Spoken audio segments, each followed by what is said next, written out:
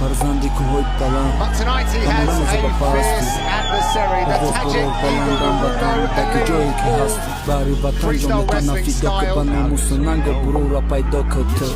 Damaj do mnie na bar, parciamo bardo.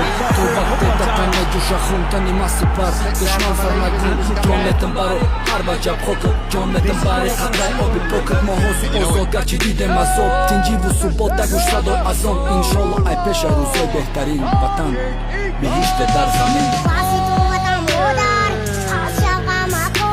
To exchange, he ends up in southpaw right there.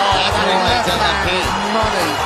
And I don't even think Shema necessarily is noticing that that's happening. Beautiful takedown. Ladies and gentlemen, after 3 rounds, we go to the judges' scorecards for a decision.